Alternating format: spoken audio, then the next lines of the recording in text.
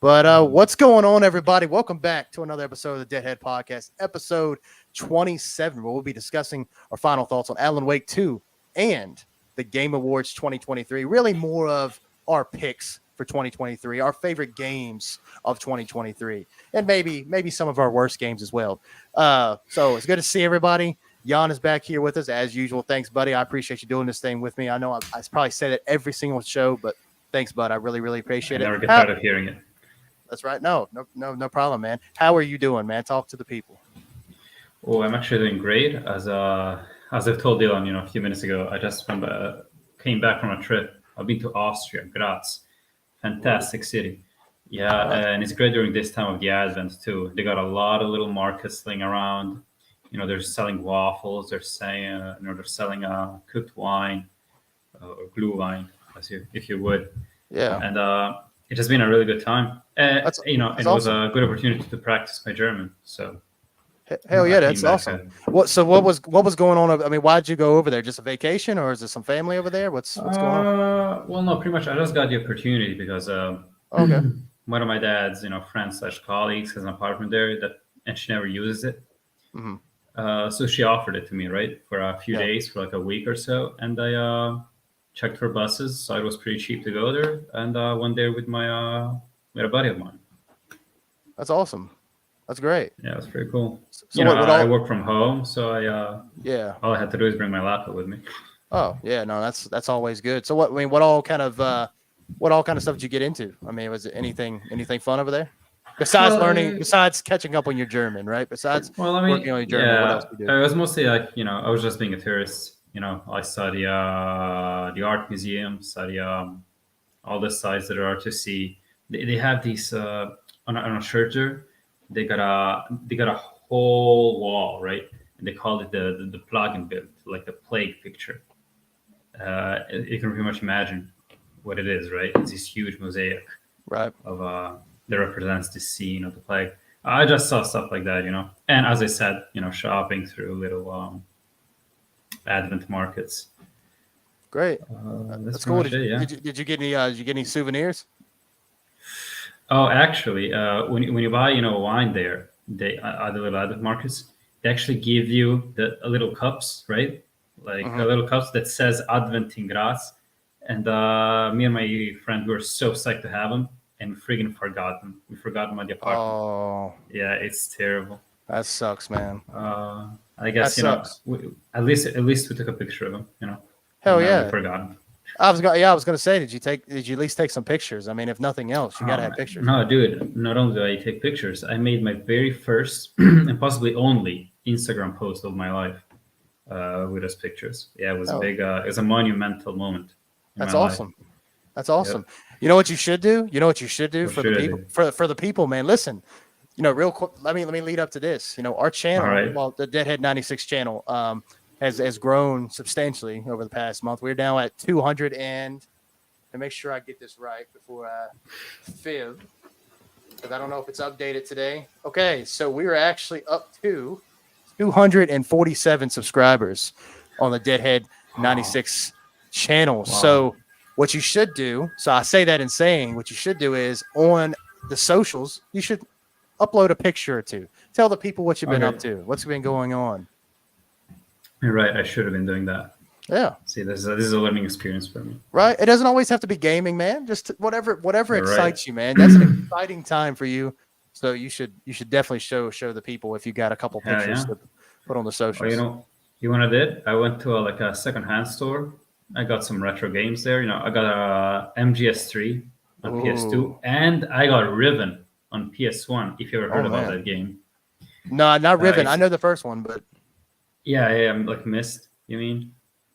Yeah. It's one of the same thing, like it's a point and click thing. Oh, okay. I got you. Yeah. And what's crazy about it is that it comes in this like huge jewel case because it has 5 discs, dude. Holy crap! And what system is that? Is that PS2 as well? PS1. Okay. I mean, man, 5 discs on PS2, that would be like ridiculous. Dude, that's awesome.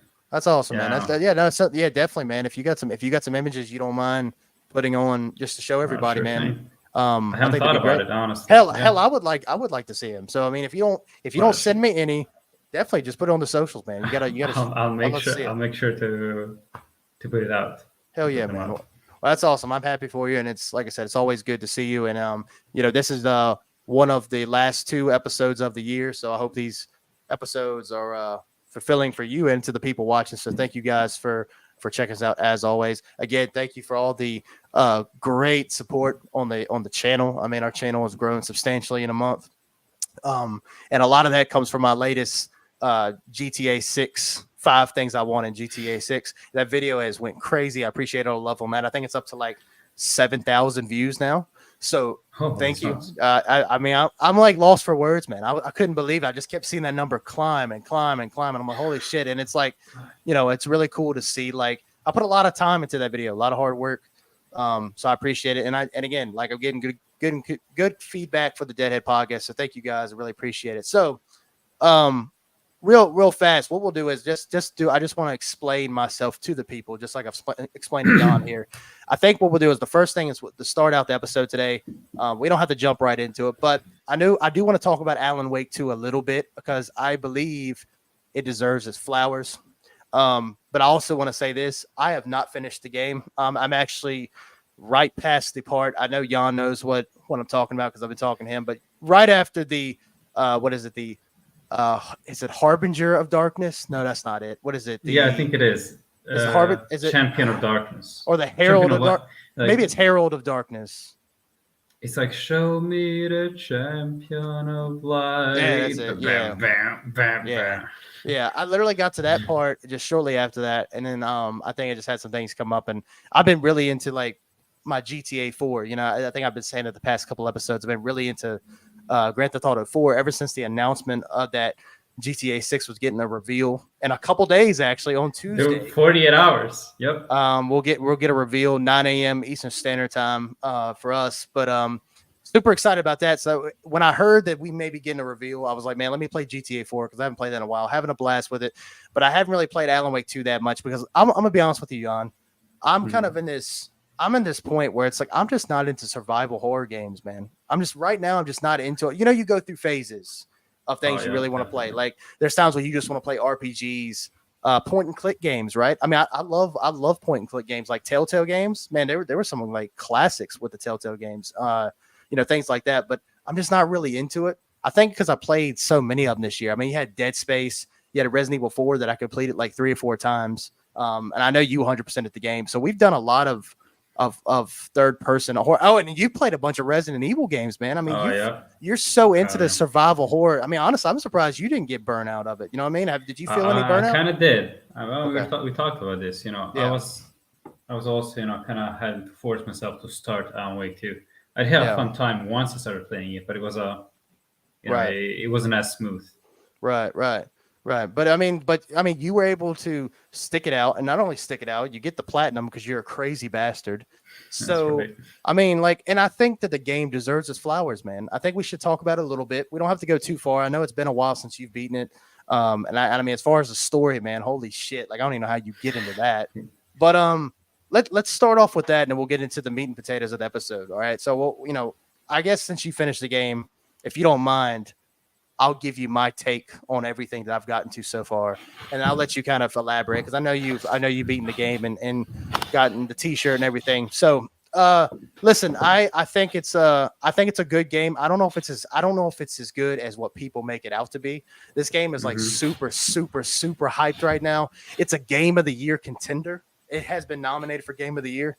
Dude, it just might win. It may not for Baldur's Gate 3. It may, I'd see that's the thing though. It's not though. It's gonna be Baldur's Gate 3. I mean, you already know Baldur's Gate 3 has gotten cultural acclaim. I mean, it's brought people in who don't really even play games to come and try that game out and love games. I actually know somebody play that genre, Right. I know someone personally who does not play games. And I think I mentioned Baldur's Gate 3 because I you haven't played it, right, Jan? You haven't played it either. I haven't. I was just talking about to get into it, Right? Yeah, me too. I was just talking about the game, and I said, I think I've heard of Baldur's Gate before. And so the guy that I know went out, played it, beat it, and loved it. So you got guys who don't even play games like that. So look, it's gonna win. It's either that or Zelda, right? It's got to be one of those two. Which I played Zelda and it's just trash, but that's just my opinion. I don't think Tears of the Kingdom is gonna cut it this time.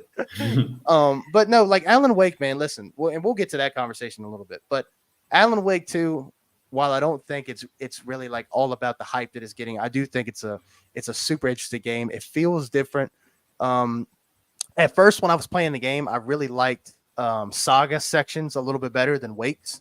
That is definitely not the case after playing that Herald of Darkness or whatever it is, Harbinger of Darkness. Yeah, that whole sequence like won me over. I thought that was so awesome. I had that song stuck in my head. I have it on my phone. Like it's now I'm all for that shit. But I think I'm personally gonna have to take a break from it because I'm just not into survival horror games. But listen, I'm gonna tell you everything that I've said in previous episodes, man. Visually, the game is awesome. It is amazing. I will say, I think the power of the PS5 is not quite strong enough for this game because I don't know about you, but I had quite a bit of performance issues in this game. When there's a lot of stuff going on, I was stuttering. I will also tell you this, that I had a lot of blurry images on my screen as well, and I have film grain off. I also have chromatic is it aberration? Yeah, I have that off, and all the ones that really mess with your like the physical image on screen, and yet the graphics sometimes still looked a little muddy to me. So I think sometimes the performance wasn't great, but I think everything else was good. I really enjoyed everything else. The combat was a little simple. I felt like I was doing that over and over again. Like in Resident Evil 4, right? Resident Evil 4 you could say is simple, right?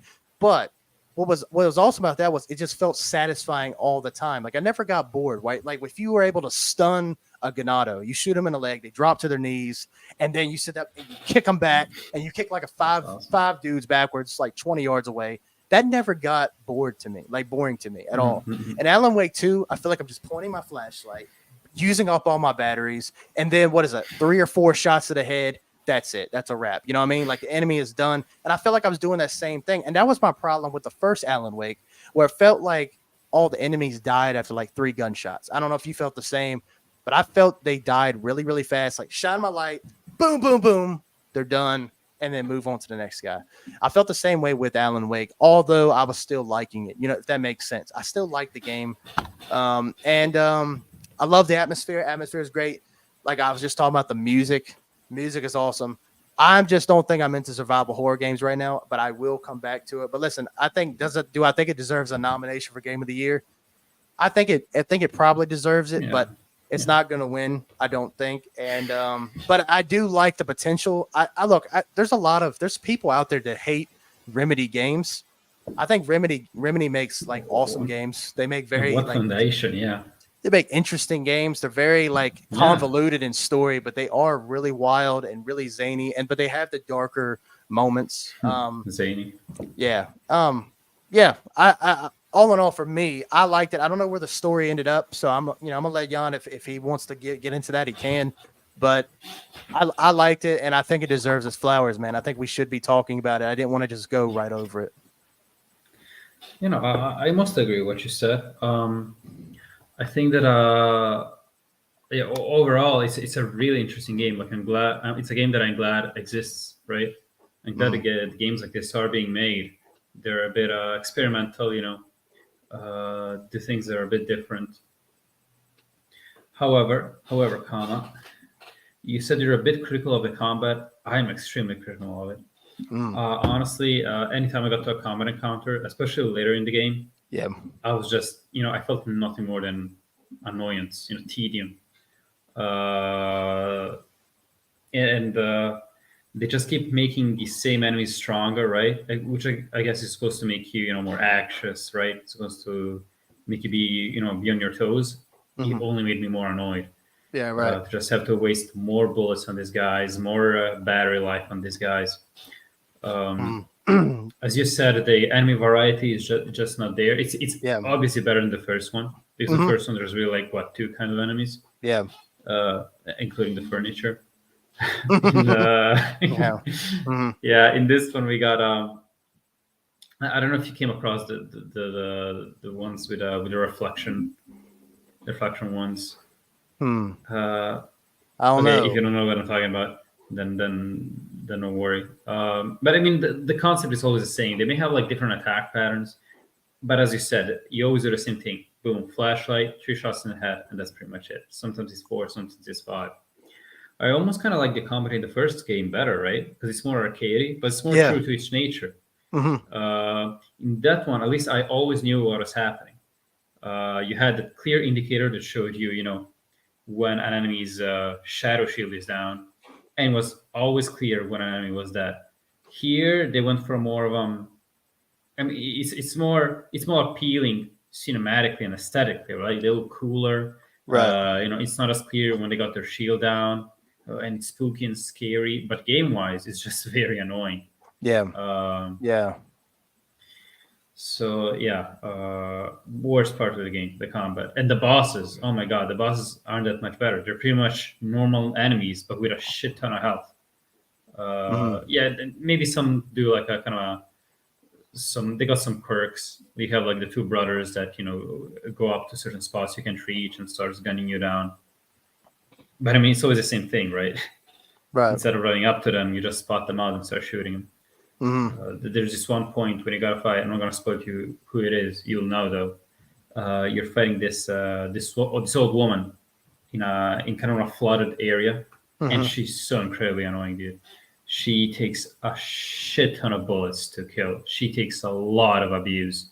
You know, I'm putting, I don't know, like 10 shotgun shells straight to the head, and this woman is still walking. She's still going. And she throws you these projectiles that you gotta flash your flashlight to make it disappear, but they're really fast. And most of the times, you know, you're gonna run out of battery life before you can diffuse all of them. So you just gotta take the hit. But it takes so much damage. Even on normal mode, I kept dying. Yeah. But okay, I got that out of my system. What I really like about the game is, first of all, the puzzles. Just the idea is great, you know. Changing the scenery with Alan Wake, you know, by choosing different plot elements. Fantastic. Love it. Yeah. I love it. Yeah. And it's so atmospheric, like every single place. I think I'm on the same fence as you, as in I started liking, at the beginning, I liked Saga's sections better, right? Yeah. But later on, mostly because they made more sense, right? It's Saga, you collect clues, you put them on a board, you figure out what you got to do. With Alan Wake, it's kind of, you know, chaos. On that first level, I almost never knew what I had to do. I just kept choosing randomly each plot point on each area until I figured out what worked. But I don't know, later on, dude, it just clicks. It just starts making sense. And you start enjoying seeing, even if it's not like the correct scenario for that scene, the correct plot point for that scene, you're enjoying, you know, experimenting, seeing everything that could happen. You get dialogues, you get there's just a lot of depth to them. You know, it's really great. And every single level with Alan Wake, except the first one, is great. Like the whole subway station, they really did do it for me. But all the other ones are fantastic. I mean, story-wise, I think the same thing that I thought the first time we talked about it. It's like the first game, but this time they actually try to make you understand a bit better what's going on, and I appreciate it. Yeah, make it a little bit more streamlined. Yeah, right. I mean, and when they do get crazy, they make sure to give you the time to understand properly, at least the basics, right? You got to understand the whole net that's being woven, but you got to understand, you know, who, what, when, and how. You know what? I don't think the ending really impacted me a lot because I cannot remember it right now. I honestly don't even remember how it ends, and that kind of speaks for itself, right? I kind of. But it wasn't. I kind of. Oh, by the way, I ain't trying to cut you off, but I did kind of like.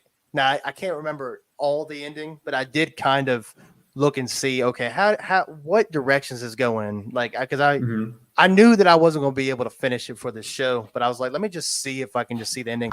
So I know you say you can't really remember it, but let me just see if I get this right. Alan does die, right? But then at the end of the game, he's not. Is that what I'm? Sorry, spoiler warning, by the way. He dies, and then he come back at the very end, like it's like an end credit scene, and he wakes up and he says something like, Right.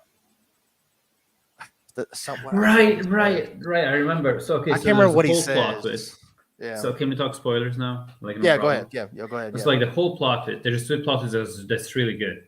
Where at the beginning, as Saga, you find Alan Wake, right? Yeah, that's so Mr. Scratch, from right? the dark place. That's actually Mr. Scratch. I seen that coming. I saw that coming. Actually. Oh yeah, because they kept mentioning Scratch, right? They kept mentioning that, and I'm like, why did Alan just show up on? Like, what did this dude he just washes up on the beach? I was like, there's no way that's just him. There's no way. Well, I mean, what I thought happened is that when you play Alan sections, because you can choose to play in whichever order you want. That's right. What I thought was happening is that when you play as Alan sections, you play in the past.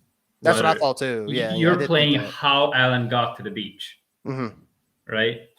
And I think that's what developers want you to think, but actually they're happening at the same time.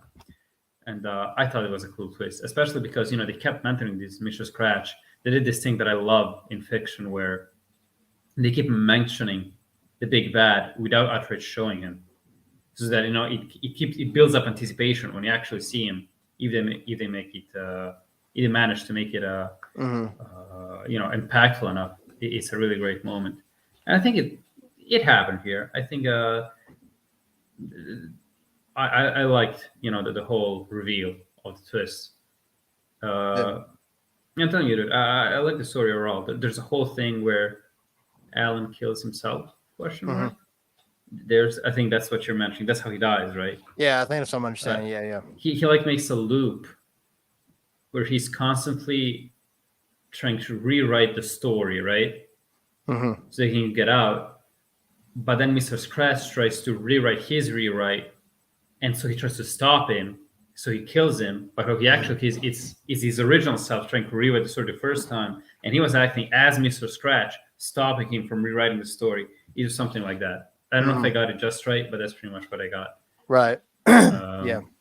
Yeah. Convoluted. Very Kingdom Hearts. Very, yes. But the presentation of this one, dude, it's immaculate. I love how they mix live action scenes with normal in-game graphic scenes. That's fantastic. There's these moments when you're walking through a hallway or a corridor, and it's an overlap, right? So the dark place and the real place are overlapping, so you can see flashes of the dark place while you're walking, and it's such a trippy view. I love it. So yeah, overall.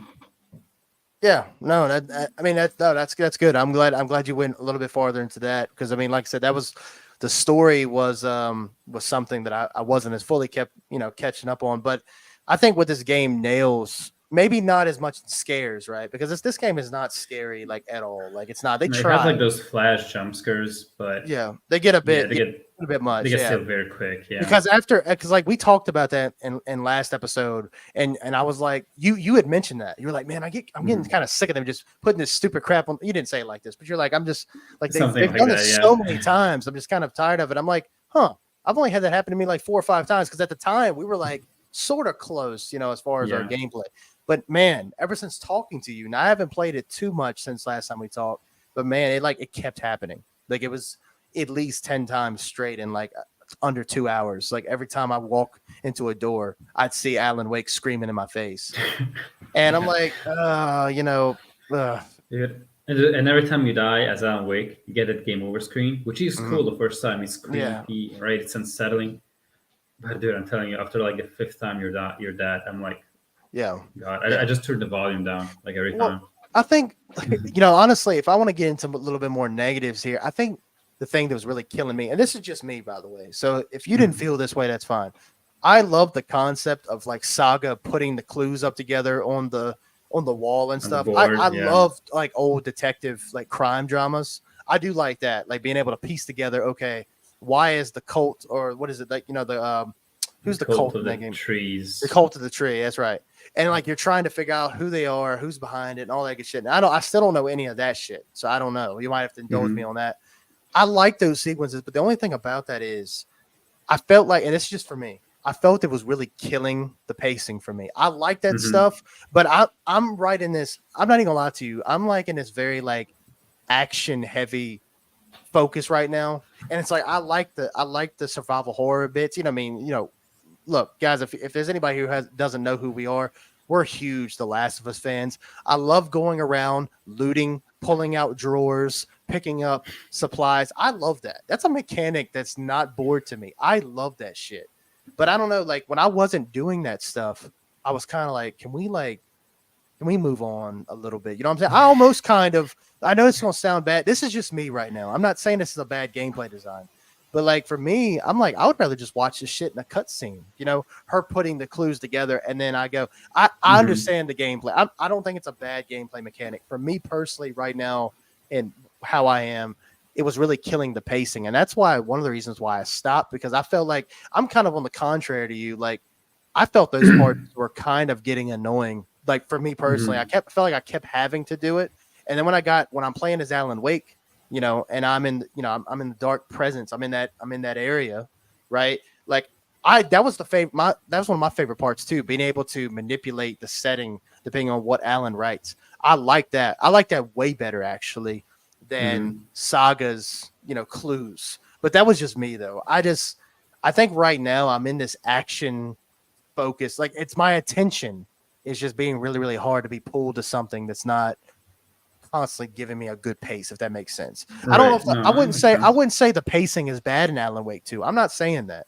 But for how I am right now, it definitely seemed like it was very slowed down. I mean, you'd be walking forever. I mean, walking for a long time. And you'll have like 3 taken come at you. You shine your light, okay? You kill them off. And then you keep walking for like another 20 minutes. And then you run to like 3 or 4 more. You know what I'm saying? I felt like I was doing that a lot. You know what I mean? Pretty much. I don't know. I don't want it to sound like I'm shitting on the gameplay mechanic. That's not what I'm trying to say. Because it's like, I understand that's a big part of Alan Wake. But while we're on that subject, you talk about combat, right? Combat can be fun. A lot of times it can be a nuisance. Why the hell am I dodging with L1 on PS5? I hate dodging with L1. It throws me off so freaking bad because I want to hit circle or I want to hit like some other button that's not L1. L1 throws me off in games, man. You know, like the dodge mechanic. I'm trying to remember if there's another game that makes you dodge with L1.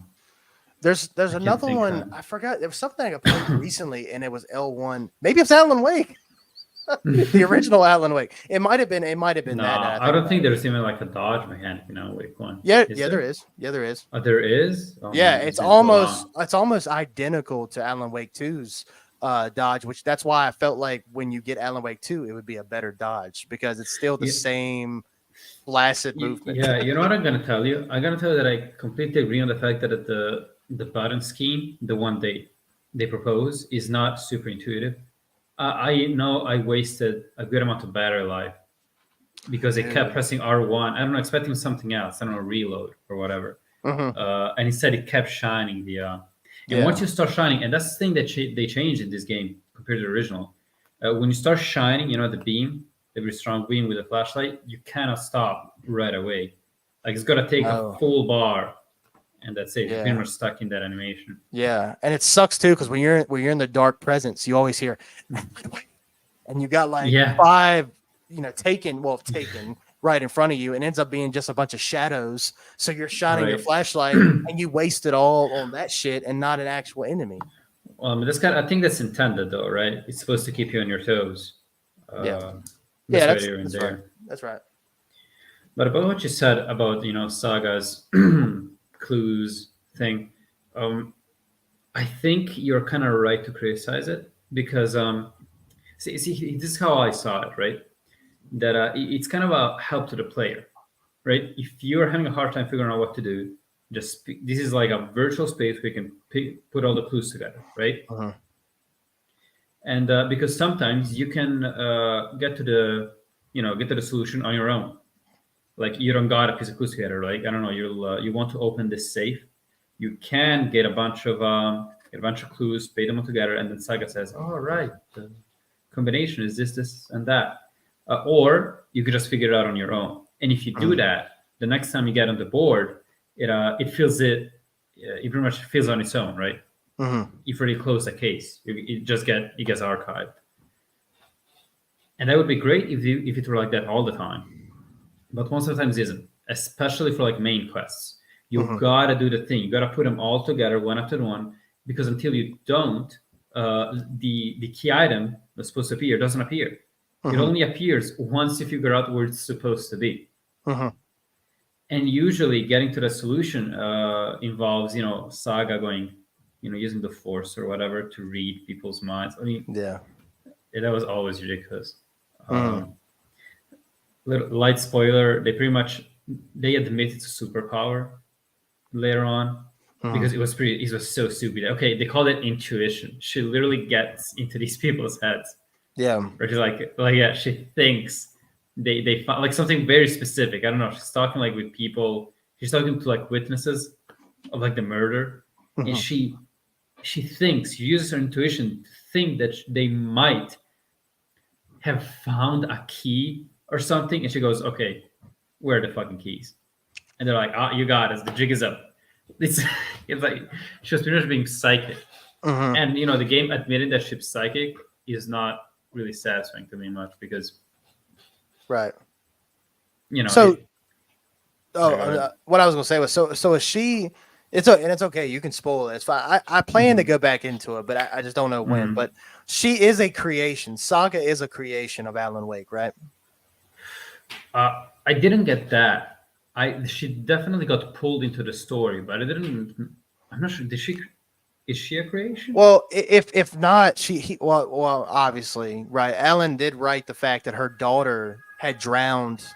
That's right. What the hell was that? Oh, that's some must have been some traffic or something. Yeah, an ambulance, I think. Oh, I got you. But I think he did I think she was saying when you play a Saga and you go to the trailer park, right, to go to her trailer, right? Because she did. You remember this in the game where she's trying to? Yeah, I do remember that. Yeah, so she meets the old Sons of Asgard at that trailer park. Right. Apparently, they're her uncles, and she's like, "I did not know you guys were my uncles, but whatever." She finds her trailer, and she goes in, and there's like a newspaper article saying that a little girl had drowned in Cauldron. Is it Cauldron? What did she drown in Cauldron Lake? I don't know if she drowned in Cauldron. I don't know if it was Cauldron Lake, but she drowned, and but she was like in this town. Yeah, Bright Falls. Yeah. Yeah, and she was like, she was obviously like, what the hell does this mean? Like, I don't even know, like, how does this happen? And she tried to call her daughter, and she's not answering the phone. And he said Alan wrote that into the story. So, like, Alan obviously, if you've been playing Alan Wake, he can manipulate things like that. But I thought this Saga was also a creation of Alan Wake's because Alex Casey, her partner for the FBI, he looks like, well, I mean, obviously. When Alex Casey was written, right? Obviously, I almost called him John Wick because he looks like John Wick a little bit. Yeah, I mean, that's that kind of character, though. Yeah, Alan Wake had written Alex Casey, who was like essentially Max Payne, right? Essentially, like off-brand Max Payne, and he had. Do you know why he's not Max Payne? Do you know why they can't use that name? Because it's owned by Rockstar. Rockstar owns him. Yeah. That's crazy. I think in another universe where they don't own it, it might have been Max Payne. Definitely. Yeah. Because Sam Lake, the creator of this franchise, his face is Max Payne. Like his face model and his face is also Alex Casey. Yeah. So what I'm saying is that because Alex Casey has that guy's face, right? Because that guy's canon too. Because if you remember, there's a scene in Alan Wake 2 where Alan Wake is on this like TV show, like this host. Yeah, this host is talking to him, and they bring on. I don't know what his name is. Is his name Sam Lake in the game? I don't remember. Yeah. Well, I don't know what's his name in the game. No, I don't think so. Yeah. But anyway, I thought that's why Alex Casey looked like him, even though he wasn't named after the character, but he kind of resembled. Yeah. See, but here where it got convoluted because the guy that this whole fucking thing is convoluted. What are you talking about? This whole right. But like, hear me out. I was almost with you, right? So what you're saying is that he can only manipulate his own creations. That's why he can manipulate Alex Casey. Yes. Yeah. That's what I was trying to get to. I'm sorry. I kind of went a circle there, but that's really what I meant. But here's the thing: the Alex Casey that we see on that late night show is not Alex Casey. He's an actor. That's right. We're portraying Alex Casey in the movies. Yeah. So it's not really Alan's creation. It's a byproduct of what Alan made. But as we know, Alan never gave the green light to movie adaptations. That's right. That's why he's so confused when he sees the guy portraying Alex Casey. He says, "Oh man, it's just right. It's just how I imagined it." Yeah. So I don't know if he can be classified as, because you might be right. like I can totally see that's something, right? That's something that the storytellers would do, that the writers would do, right? Saga was never real. But what I mean, the story that they've been selling to me this whole time is that she's definitely a real person, but she got affected by the story. Her and her family are getting affected by the story, right? Mm-hmm. Because at the beginning, her daughter and her husband, right, are waiting for her at home, right? They're watching Night Springs, whatever, they're watching not the Twilight Zone, and Yeah. and only since she gets to Bright Falls, then when things start to change, she doesn't answer the phone anymore. Oh, the husband! I don't know if you got to the scene. There's part where she calls his husband, and like he's talking to her as if they're like divorced. He's like, "Please stop calling me. It's too painful for me." Oh shit! No, I didn't know. I Yeah, didn't get no. part. No, There are great parts I've been like that. playing as Alan Wake for a while, so I haven't really gone Mhm. back to Saga story. So that must happen a little bit further. No, I Yeah. didn't hear that. Oh, so you didn't even know how the whole concert level came to be? No. It's a clear because well, I'm not gonna spoil it for you because it doesn't matter much for this argument, but pretty much it's Saga's doing. Hmm. It's her attempt to get Alan Wake out of the dark place. That's a cool way to get him out of there. That's very cool because like the idea is that like a story got him in there, like his story got into the dark place, and so it's another work, right? That needs to get him out. It doesn't have to be a story, it doesn't have to be a novel. It can be something like a song, such as Herald of Darkness. Dude, that's a kick-ass song, man. I love that part. Yeah, dude, it's such a long song too. Like on YouTube, it's like 10 minutes long. Yeah, it really is. Yeah, dude, it's awesome though. It's awesome. It's so catchy. Yeah, I start my morning with that. Dude, you have to, man. It's beautiful. That's like the best part of the game, like hands down. Like probably. The music, man. Like I said that in the last episode that I have quite a few songs from this game downloaded on my phone, and that goes to show you when the music's that good is when I want to listen to it when I'm not playing the game. Like I could be on the way to work, and I'm just like, let me just listen to the Alan Wake soundtrack, and I'll just put that on.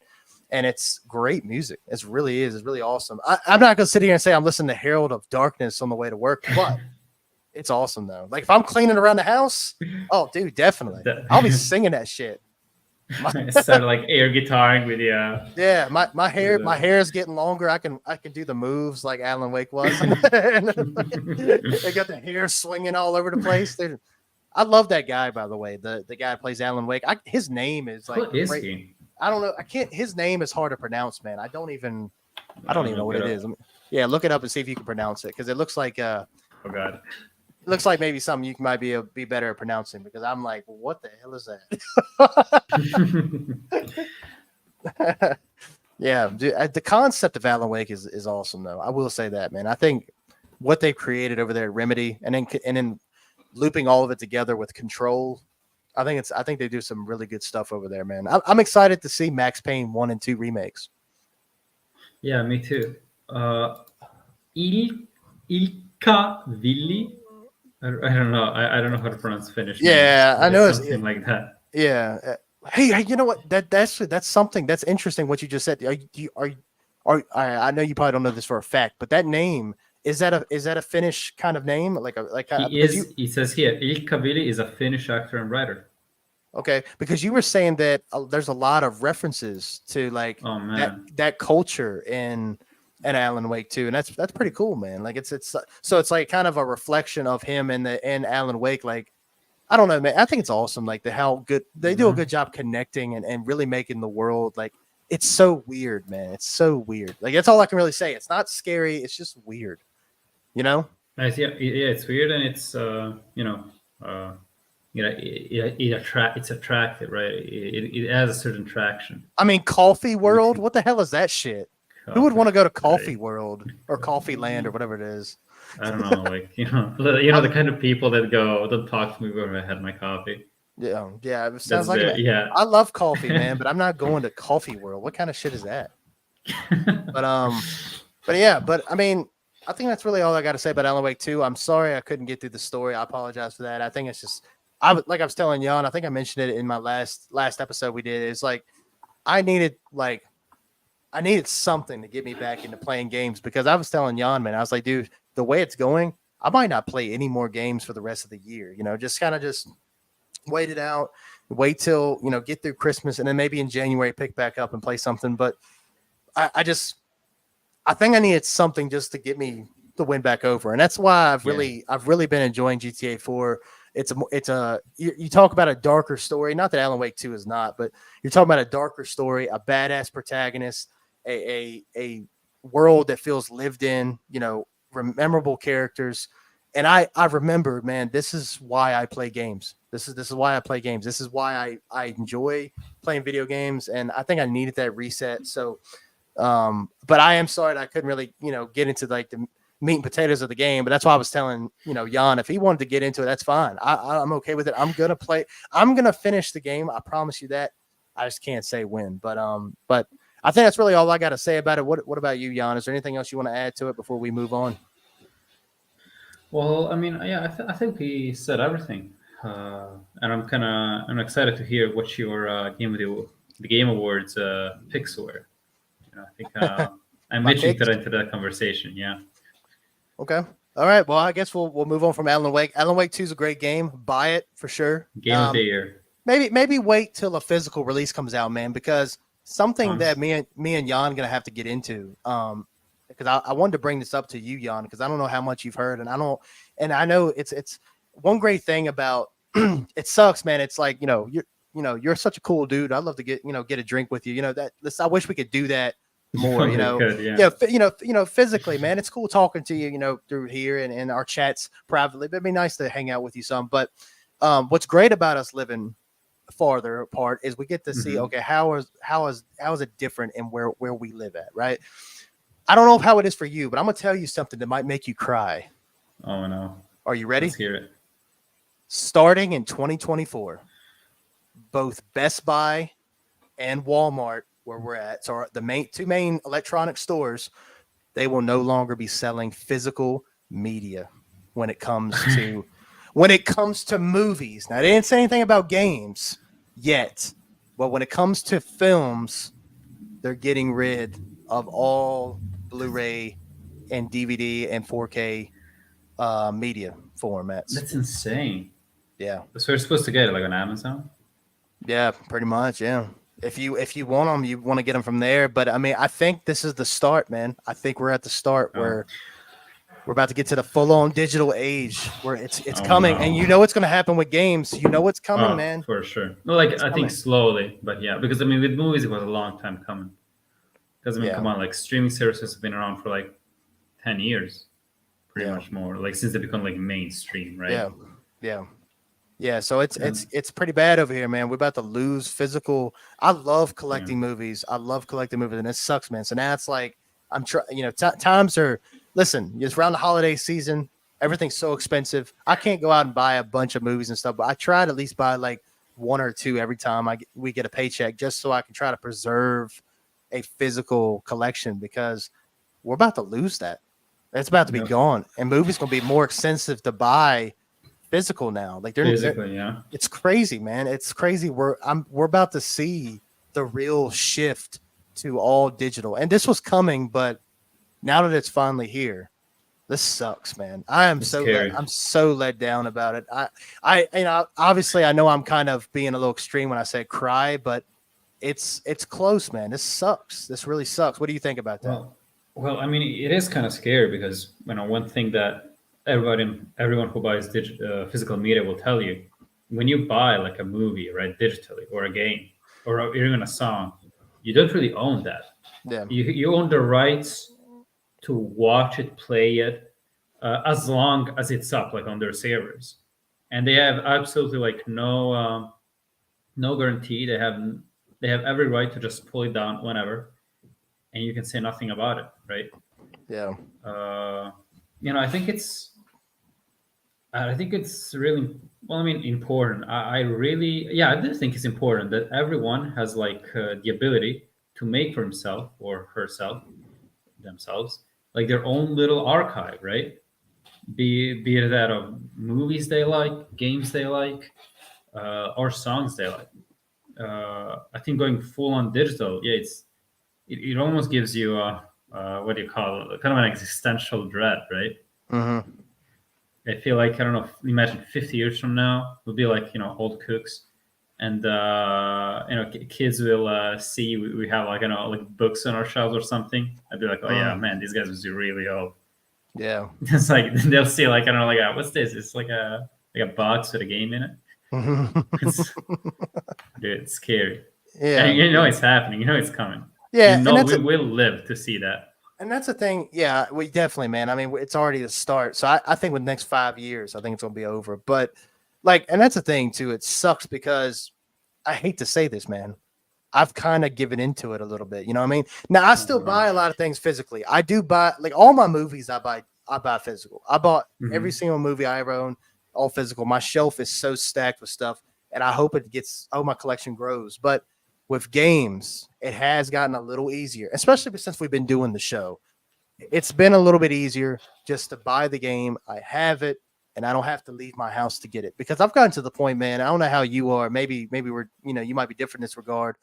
I've gotten to the point where I don't even like going out as much anymore, So it's so much easier just from my couch just to buy the game, and then I have it, and then that's a wrap, But I feel like more people are taking that, they're doing that all the time. Like they're not like being like us, I know you probably buy way more physical stuff than I do, but like I'll try to do a little bit of both because I see the goodness for doing both of them, having the digital, having the physical. But man, there's just people that just do digital stuff now, and they're leaning more towards that. It's probably cheaper that way. It's more effective as far as getting your product out to people. You don't have to expect people to go out to the stores and go get it because they have it right then. And I just think manufacturing is just. Yeah. But think about it. I mean, yeah, you talk about it like that. Like, I imagine this is going to cost people some jobs, right? Like, not being able to print disc anymore, that's got to cost people jobs. They're definitely. I mean, from what I heard, because I read some stories here and there, and they say that it's not going to disappear. You know what's going to happen? I think here, my prediction, is going to become like the vinyl industry, like, like the LPs for music. Is going to be the same thing. It's going to become a niche thing. It's going to be much more expensive than it is now, and that's the only way that it's going to exist. This kind of a collector's premium items, and obviously not every game is gonna get that edition, and not that they do now. But yeah, I mean, sometimes I buy digital as well. I mean, surely. I mean, if a game digital only, I have no choice. But sometimes, I don't know, like I see a good sale or something.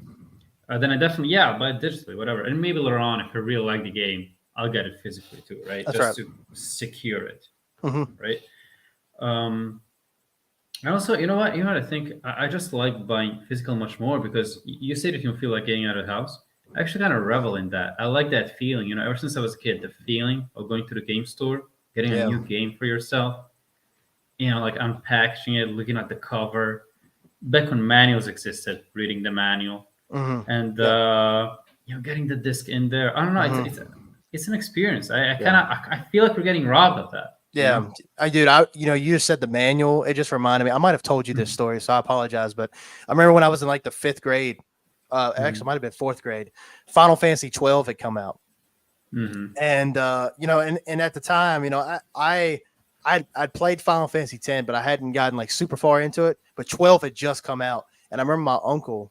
He's passed away now for a few years now, but he was really into Final Fantasy. He loved it, and he had beaten Final Fantasy 12 in like a week's time, and I told him that I was into Kingdom Hearts and Final Fantasy stuff. I was kind of, getting my feet wet with the franchise. And he was like, "Oh, I got 12. I can lend that to you." And I got the manual. I was like, "Oh, really? Okay, that's cool." And I didn't know what he was talking about. Dude, that manual was like this thick, man. And I remember taking it to school. With me and like just looking at all the pictures and seeing what kind of magics I can get. And are you talking about like the guide? Yeah. That's more of what I'm talking about. The guides. Yeah. You're talking about the manual when you open the. I was talking the one you get into the game. Yeah, right? Those used to be pretty chunky boys too. Yeah, they used to be. Now we don't even get them at all anymore. It's a shame. But that's terrible. But yeah, the guide would be like that thick, and I remember like flipping through it in between classes and just like being sucked into that world of Final Fantasy. And I'm gonna be honest with you, man. I think I think in general, like, and I know this isn't really the topic of conversation. We could talk about this more in our last episode of the year if you want, but gaming just doesn't feel that same to me. Like I understand what you're saying. I was the same way. Like going into GameStop and seeing all these games, like holy shit. And when they had like buy like 4 for $20, like if you spent $20, you get like a free game or something. You know what I'm saying? Or they have like a value bin inside GameStop that have like each one was like $5 a piece. I remember how excited I was for that. But I've gotten to the point where, and you might feel this way too, that I have so much media, and I've bought. This is going to sound really bad, but I've bought everything that I want. So there's really nothing to really go into the game store for anymore, because now, like, I don't know how yours are, but most game stores around here, unless they just do games, like I have a retro game store, like, I don't know, about 15 minutes away. And they're pretty cool. They have like a bunch of older games. They got the new stuff. But like if you go to any Game Stops around here, it's more of like a collectible palooza, man. It's got like plushies in there. It's got like, backpacks, socks, all kinds of shit. And there's like one corner dedicated to video games. And so it's like, man, it's just not even fun anymore, man. That's like a game store, right? Yeah. Yeah, it's just not even fun anymore, you know? Okay, it's not that bad over here. It definitely, there is like a big big chunk of it is like, plushies and action figures and whatever, all that crap. But it as at least now it hasn't overtaken the game shelves, the game space rather. Must be nice. Must be freaking nice. Enjoying it while I can. I got fucking Pikachu staring me in the face as soon as I come inside the damn store. Like, I'm just like, dude, like, really? I like Pikachu as much as the next guy. He's at, oh, you can't see it in the camera, my bad. But he's literally up there on that shelf. I got it years ago. But listen, I want to see more games, man. And it's just like, I feel like, man, with now the way things are, and I bring up the digital thing because it really does suck, man. I'm like, and like I say, I buy a lot of games digital. Matter of fact, I just told you the other day, I saw the Avatar Frontiers of Pandora. I saw the gameplay. I saw the world. And I was like, holy shit, I have to play it. Even if I put it down 15 minutes later, I hope it's longer than that. I have to see these visuals, man. I have to see it. I was like, dude, I bought that digitally. And I'm like, dude, I'm exactly who I hate. I have lived long enough to see myself become the villain. That's what that's what the Green Goblin says to Tobey Spider-Man and the first Spider-Man movie. I have lived long enough to see myself become the villain. I've literally playing into this digital world when you become the very thing you swore to destroy. Yeah, man. Well, yeah, I'm a Sith, man. I've become a Sith. Damn, feels bad. It sucks, man. It really sucks. And the thing is, I love the convenience factor of it. I love that. I mean, that's how they get you. It really sucks, man. I hate that I'm like this. You know? Dude, I mean, you can always change. Remember that. Yeah, that's right. It's like yeah, you're right. You're right. But I think too, like, especially with how we do things, I like getting it digital. So, we always have access to it. I like just having the digital, just so I don't have to go out of the house. Like, I remember I used to go to midnight releases when they used to have those, and that was a blast. I remember meeting like a bunch of people who were very like-minded. Because I remember when I went to the Red Dead Redemption 2 midnight release in 2018, and it was so cool. I was seeing people that I haven't seen in years come up to the store, and then I met so many people that I'd never met before, just talking about our favorite games, and it was such a blast. It just isn't the same anymore, man. It's just not the same. I'm sorry, I won't cry anymore. Well, maybe we're just, crying for a bygone era, right? An era that's already over. Or on the brink of ending. Maybe so, man. Maybe so, man. I think that we talked about it with Lyra on the show. We talked about it. I think the last episode she was on, and we talked about how is gaming different. Or have we changed?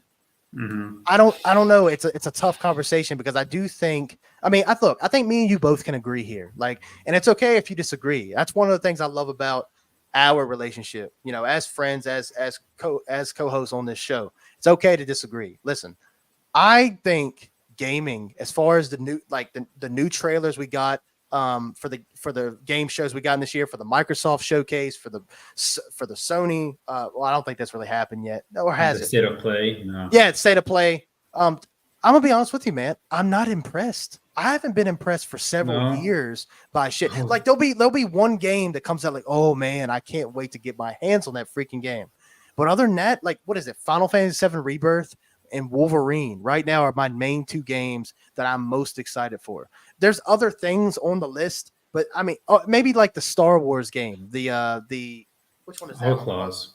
Yeah, that one looks okay. But other than that, I'm like, dude, what else is there? There's nothing for me. And gaming's not for me, right? It's not. It's supposed to be for everybody. But I feel like, man, we're at a point with these consoles, especially with them to have the power that they do. I was really hoping that we'd get some really good, like almost like games we got in the past, like on the 360 era, but only make it more like, make the visuals the best they can be, give the best gameplay we can get. And I feel like we're getting a lot of, I'm going to come out and say it, man. We're getting a lot of fucking little kid games. I'm seeing a lot of little kid games. I feel like if I had a kid and they wanted to play some games, I'm like, hey man, look at this little cartoon shit they just announced. You like that? Yes, Dad, I like that. And I let them play it. That's what it looks like. They're not making games for me. They're not making games for adults anymore. Listen, there's more adults more than ever playing video games right now. Like this is our generation, man. We're playing video games like it ain't nobody's business. Dude, I want some GTA 4 level gameplay. Dude, that shit is brutal. I want to see that. Last of Us Part 2 was perfect. I thought that was great as far as the brutal nature. I wish the story was better, but I do like it now that I've played it a couple times. Okay. But you're gonna like it even more after you play it next month. I am gonna play it again. I'm gonna play it again. But look, I'm gonna stop on my rant here because we haven't even talked about our games of the year. So let me just finish off by saying this, and then I'll let you have a rebuttal because I'm sure you don't agree with me 100%, and that's fine. I just feel that a lot of these announcements have been very just subpar, uninteresting to me, and that's not just. I know it's not. They're not garnered towards me, and I understand that, but I just don't feel like they're releasing any games that's really going to test the hardware. You know what I'm saying? Like let me get a God of War. Whatever it is, you know what I mean? I don't know when the next God of War is, but let something really push the boundaries, man. Give me a Wolverine. I can't wait for Wolverine. I really hope they make that shit brutal. I hope Logan is a beast. I miss playing as a badass. One reason why I love GTA 4 is the main character. Nico Bellic is a freaking badass. And I don't feel like there's a lot of games out there where you're playing as a dude or female. Listen, there's people that are like don't want to play as a girl. What is wrong with you, man? As long as she's badass, I don't give a shit. As long as she's a good character, I don't care. There's there's people out there that if there's a female as a lead, they don't want to play the game. Are you kidding me? That's crazy. Are you kidding me? How fucking of a bitch are you, dude? As long as she's a good character, who cares? It doesn't matter. So anyway, that's enough of my rant. I just feel like they're not making great games as they used to, but that's just my opinion. Well, I mean, dude. The landscape has surely changed. Now, I think that's like a deeper subject where games have gotten less mature or less catered towards a mature audience. Exactly. Yeah. I want more mature. Just give me some, man. I feel like you get one. Yeah. Anyway, sorry, man. I don't mean to keep cutting you off. Sorry. No, I love your rants. I sometimes listen to them before going to sleep. Okay. I don't know when I'm depressed. Right, just don't cheer me up. Okay, buddy. All right, gotcha. Anyhow, how about we start talking about some games of the year, some game awards? Yeah. We can get into that. So let's go. What I probably meant to do, I meant to get you to. By the way, nice segue. I really appreciate that into the next topic. I appreciate that. So I meant to get with you before the show started to maybe put like a numbered, of games. I didn't do that. I have a couple games on my mind, but I don't really have like a 1 through 5 or 1 through 10. But I have a couple that I would like look, you probably already know my game of the year, but I have a little bit more that I want to elaborate on. But so talking about the Game Awards, we see the nominees. Jan, what are some the list? I don't know if you want to pull up the list or not. That might not be a bad idea. And I'll try to get it on my end as well, so I can have it while I'm chatting with you about it. But if we can kind of try to get the nominee list and then kind of compare it to ours, I think that would be pretty effective. Let me see. Okay, so they said the site, the Game Over site is kind of clunky in that you have to choose each category and it takes like 10 fucking million years. Okay. I got it. So nominees we got. Are you ready? Okay, go ahead. For this? We got Alan Wake 2. Okay. Baldur's Gate 3. Marvel's Spider-Man 2. Okay. Resident Evil 4. Mm-hmm. Super Mario Brothers Wonder. And The Legend of Zelda Tears of the Kingdom. Or Tears of the Kingdom. Who nominated that shit? Super Mario Bros. Wonder? It's actually, they say it's pretty good. I'm sure it's not bad, but Game of the Year? I don't know. Do you feel like platformers? I don't judge. Dude, okay, whatever. That's to each his own. Okay, so what I'll ask you is, and by the way, if you had anything else to say, go ahead and say it. But what I was going to say was, is there anything on this list that you think is missing? What's something you'd like to add to the list? You know what? I was actually thinking about it. Before I got on, because we want to make a list of our list of favorite games of the year, and I was like, man, what the fuck came out this year? Actually, we got Thea's Rhythm, Final Bar Line, and that was a highlight, really. No, I'm just kidding around. I was wondering where that was going. Yeah, no, what I'm saying is that people talk about the year as if it's been stacked. I mean, we got a good amount of good games, but not like that many. Well, 5, and they're all here. I'm seeing them. One's missing. AAA releases good. One is missing, but I'm waiting for you. I'm waiting for you to put yours in, and then I'll put mine. Of course. How could I forget your game of the year? The one and the only game of the century. Don't worry about me. I said you right now. We'll get to me. What's my game of the year? Yeah, dude, I don't even remember what I voted, honestly. Really, what I was going to say is what's missing on this list, and then what... Your game of the year is missing. Oh, okay. Yeah, that is missing. But besides that, is there anything else you would nominate for game of the year before getting to your game of the year? You know what I'm saying? I kind of feel really stupid once you told me what it is, because I cannot think of anything. Is it Final Fantasy 16? Maybe. Oh yeah, that came out this year, didn't it? Yeah, it did. Yeah, that did come out this year. Yeah, that was the summer. Yeah, you're right. Did you play Dead Space? I have not. Oh my god. I have not. So trash. Not. I mean, I played the original though. Oh yeah. Okay. Well, that's fine. I'm niche like that. That's fine. That's fine. I got you. So you drawing a blank, or you don't know? I'll tell you what. Let me ask you this. Okay, instead of a nominee. Okay. Okay. What's your game of the year? Come on, give me right off the top of your head. What's your game of the year? Alan Wake 2. I don't. You say Hellblade 2? Alan Wake 2. Oh. I was about to say Hellblade 2 isn't even out yet. Alan Wake 2. Don't come on. Don't kid me there. Alan Wake 2 is your game of the year. Come on, man. Dude, really? Okay. Resident Evil 4. Resident Evil 4. Okay, I respect it. Okay, Resident Evil 4 is great. But you know what? The only reason why I'm not, I'm a bit reluctant to go with that one because it's a remake. And as much as I don't mind remake, I don't like glorifying them. You know what I mean? Mm-hmm. But I have to admit, right? Out of all the games, at least the ones that are shown here, it's the one I enjoyed the most playing. Right. And that I would rather play again. And I might even like it more than the original. I probably do. So not Spider-Man. So not Spider-Man 2. You don't think Spider-Man 2 is your game of the year? You were really excited for that, man.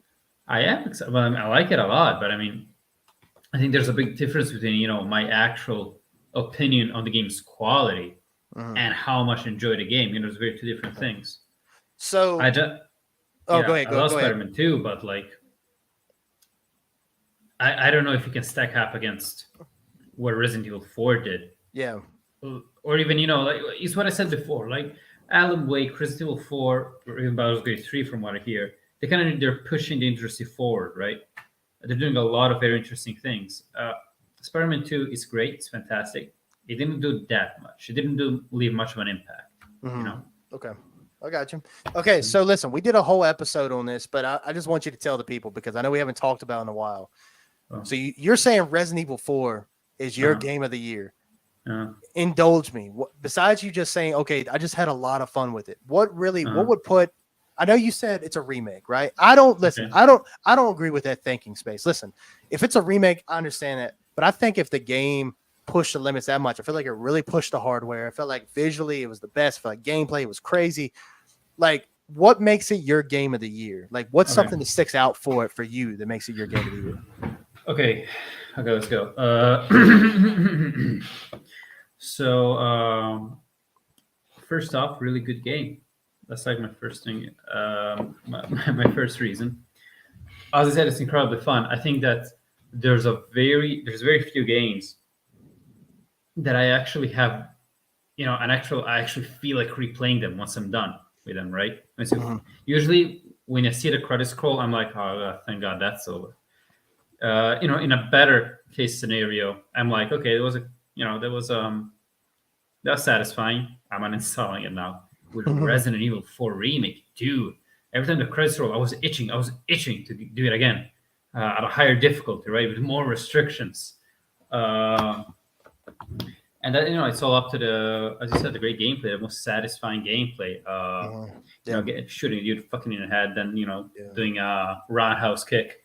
Then the bosses are great. The levels are great. They're so fun to traverse. Amen. And all the different weapons you can use. They made it so easy. They made it so pressure free to just try out a new weapon. Invest into that new weapon. You can always go back to the last one.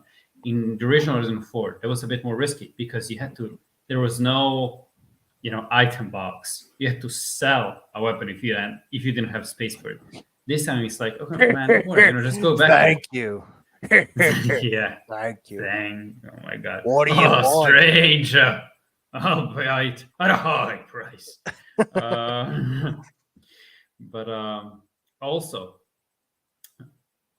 speaking about the story, I like it way more than the original. Every character is more likable. The ones who were likable before are super likable now. The ones who were unlikable before are super likable now.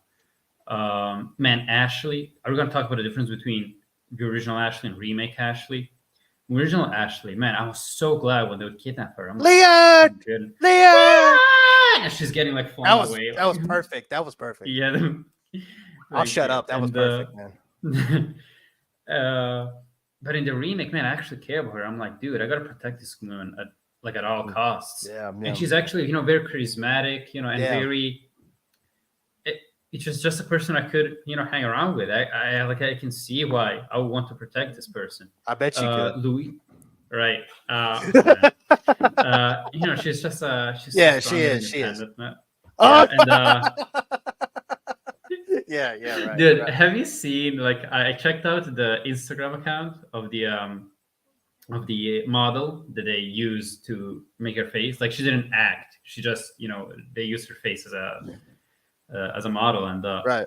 Man, every single one of her posts is flooded with Sims going, "Oh my God, actually, hearts for eyes face." I'm so sorry for that girl.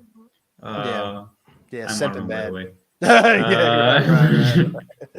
But what I was going to say is that the dialogue is so infinitely better. Yeah. Luis, he went from being some kind of creep to just dies out of nowhere to someone who actually is a key element for Leon's survival. His death is so much more impactful this time. He sticks around for longer. He actually dies helping you. And as he dies, he gives this key. And one thing that I love when video games do is that they incorporate a narrative element in the gameplay. When after Luis gives you his key, that key is always in your inventory. Every time you try to open the door, try to track or something, that key always shows up along with the other key items, right? And but it's obviously not the right time to use it because you only get to use it at the very end. So at some point, you just stop even looking at it, right? Right. You subconsciously, you just forget it's even there. And then you have this huge section where Leon is about to be, overtaken by the Plaga. And you're going through this hallway. He's barely mustering the strength, right, to go all the way to the lab where he's going to get rid of the Plaga from his and Ashley's body. And you get to the final obstacle, a locked door. And only then, you press the interact button, you see that key. And that's when it all comes together. It's a fantastic moment. Yeah, it's Lewis's final will, helping you in this moment of need. Yeah. Speaking of that, the story, they made a much better. They made the story make a little bit more sense.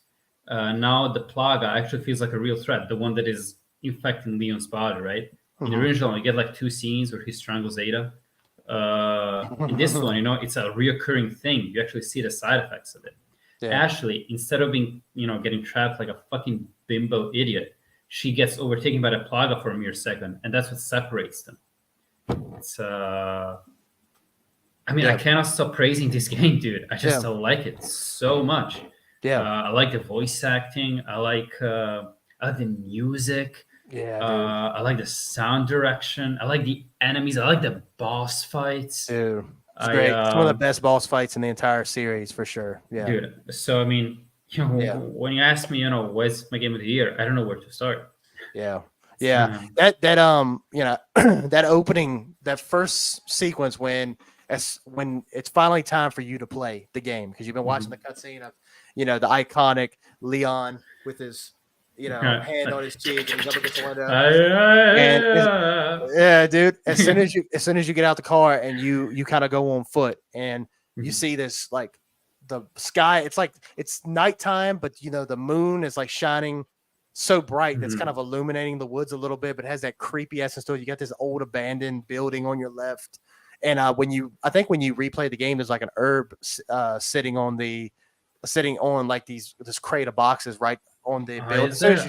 I think there is, but I remember seeing that, and you see the reflections. You see a mud puddle just right underneath. Dude, I was like, man, when I'm playing this, I'm like, this game is going to be something special, and damn it if it's not. The only thing I'll say, and I don't want to make this a Resident Evil 4 episode. By the way, all your points I agree with 100%. But the one gameplay segment I do not like is I don't like the sequence where you're in the boat and you're fighting this the log, right? Or, yes, I don't like that sequence. I think it's very boring. I didn't like it in the first game, like in the original, and I didn't really like it here. Especially on multiple playthroughs. The first time I played it, I was like, okay, dude, this is actually pretty cool. You're having to maneuver the boat, wait for it to jump out the water. But then when you're on like unlimited supply of harpoons. Yeah, I know, you're just like picking them up, throwing them. But like, it gets really old. By that third, like, as I haven't played it nearly as much as you. I played it a couple times, but I'm not doing the completionist thing. I'm more of just enjoying the game, like just feeling like a badass, using the heaviest artillery I got, and just going to town. But whenever I get to that part, I immediately start kind of rolling my eyes a bit. And I'm like, I really wish it was over. Because honestly, even the Ashley section, I enjoy that section. At least it's got a little bit of fear-inducing. Seeing those knights and they're infected and they're coming at you and you're defenseless, so you can't really fight. I like those moments way better than fighting that stupid fish in the middle of the lake. I mean, that fish is tanky as hell. Tanky as hell, man. It takes way too freaking long, bro. But no, listen, I agree with you 100%, and I understand. Honestly, if I'm not about to say what I'm about to say, I would say Resident Evil 4 is definitely my game of the year as well, but it's not. So, honorable mentions, I'm going to say this, and you're not going to agree with it. I think Final Fantasy 16 deserves to be a nomination for it. No, I got some news about that too, but let's wait to the end of the show, and then I'll bring that back to your attention. But I think Final Fantasy 16, I think the reason why I say you is because you're kind of hard on the game. You're a bit harder on the game than me. I feel like every time I go back into the game, I find a reason to really enjoy it. Now, is it missing things that Final Fantasy has? It's missing the mini games. It's missing the memorable characters. Listen, at the end of the day, I like Jill as a character, but I think she's so goddamn plain. I don't think she's like an Aerith. I don't think she's a Tifa. Like, I'm looking for that kind of character. Yuffie even. I think Yuffie's annoying as hell, but I'd rather take her than Jill. Jill has a very boring personality. When you're out in the open world, you don't even know she's there half the time. Same with Joshua. But look, I'm not trying to go crazy here. I love Clive as a protagonist. I really enjoyed his growth, seeing him, wanting this revenge for his brother, finding out his brother's alive, finding out there's much a deeper story here than what meets the eye, right? He thinks that this icon of fire killed his brother. He finds out he's the icon of fire. I loved all that stuff. I thought that was phenomenal. I will say one of the most hype moments I ever was, and I'm not even gonna lie, it gives me chills thinking about it. But when you're fighting that inner monster inside of you and you accept your fate. Do you remember that moment? You press Alt3 plus R3 to accept your fate. That's got me so freaking hard, bro. I did. I was hyped for that. I'm not even gonna front. I was so hyped for that. No, I was so ready to go. I think the boss fights are very how do I say this delicately? I don't really like the boss fights that much in Final Fantasy 16. I think they're they're more of like I'm watching shit more. Like you feel like I'm fighting for 5 minutes and then like I'm just watching the shit after that. So that sucks. But other than that, man, listen, I think it deserves a nomination because I love Clive. I love the music in this game. And I think all in all, man, I love the setting. I love the time period, the very Renaissance type of medieval time, really. I love that. I love that time period. And I enjoy it. I think it deserves a nomination. I think the voice acting across the board was really great in this game. The production value, the cutscenes. Everyone was like, oh man, these cutscenes are so long. No, they freaking were. Apparently, if you've never played a Yakuza game or anything, because those cutscenes can go for like 20 minutes at a time. I was never sitting there for 20 minutes. I don't feel like I'm playing Metal Gear Solid 4, dude. Oh yeah, or Metal Gear. Yeah, exactly. Metal Gear is a prime example. That shit will go on forever. So don't even get me started on that. But anyway, and as long as they're good, who cares if they're long? Yeah, that's what I'm saying. They were beautifully acted. I was interested in the story. I was like, dude, why are people cinema about the cutscenes, man? Yeah. It's kind of like what you mentioned. I'll say this and then I'll move on to my game of the year. The thing is, like, it's kind of like what you mentioned before about how you go through this epic battle, you beat this boss, and then you just put the controller down, enjoy the story. You know what I mean? Yeah. I was the same way because I was so intrigued by it. I wasn't waiting for it to be over. I was actually wanting to see what more about Ultima and all that stuff. Although he ended up kind of being generic, same, God, got to go kill it. Complex, yeah. But so I know Jan laughs at me because he knows my game of the year. Listen, I'm not backing down from it. I said my game of the year was Hogwarts Legacy, and damn it, I'm gonna keep it that way because here's why. Listen, I've said it before. I've always wanted a game like this, and I think that. And look, I'm quoting you, Jan. Listen, I respect everything you say because I quote you a lot. I agree with Jan. I agree with Jan on this. Listen, I agree. I think this game, one of the things you said that really stuck out to me, right? This game came too little, too late. I agree, 100%. I'm 27 years old. I'm not into Harry Potter as much as I used to be. I still love the franchise. I have all the books behind me. I don't know if you guys can see it, but I love this franchise. I really do. But I kind of stepped away from it. But listen, just going back and playing this game and getting on my broom for the first time and seeing Hogwarts in the distance, right? I was like, we finally have the game I've been waiting for. Yes, is it kind of generic with this open world? Yes. Is the story very underwhelming? Yes, it is.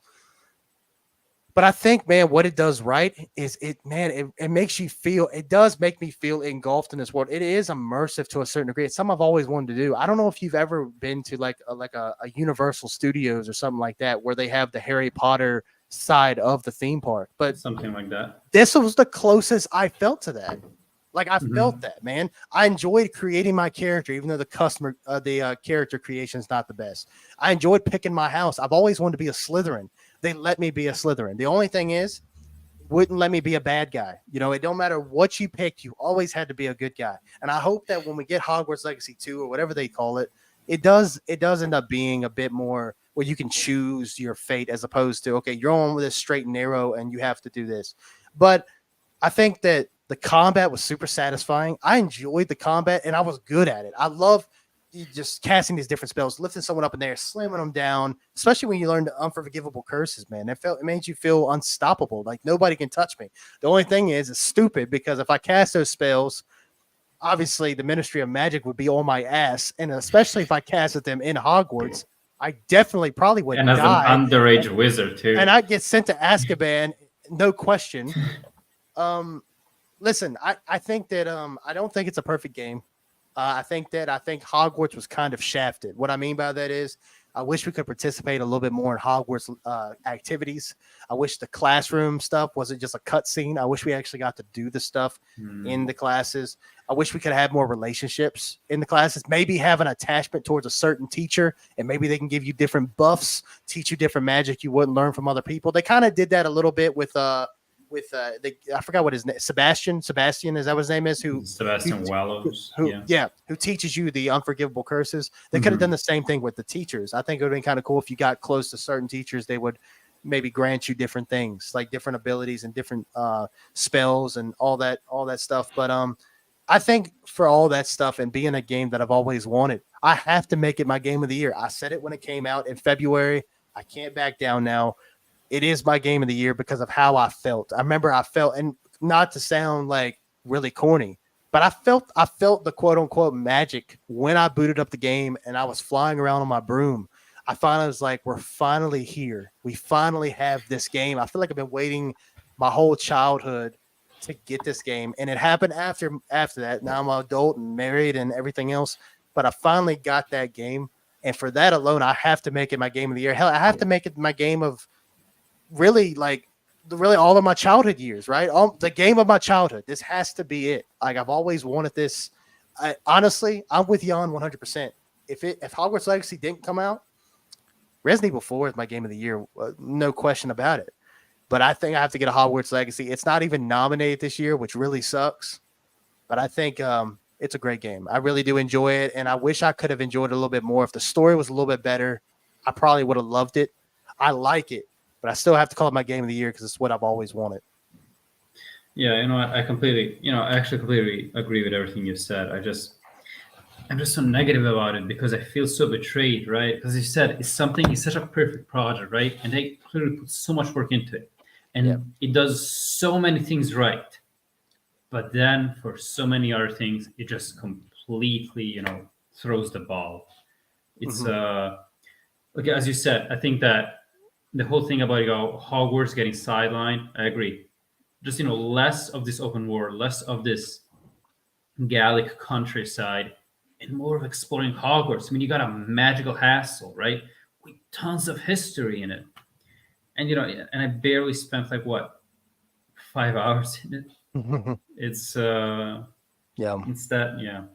I think that's what it is. But then I agree. It's incredible that a game like that is even exists, right? It's a real shame that it came out around this time. But I see people like Lyra, right? We had her on a guest in the show.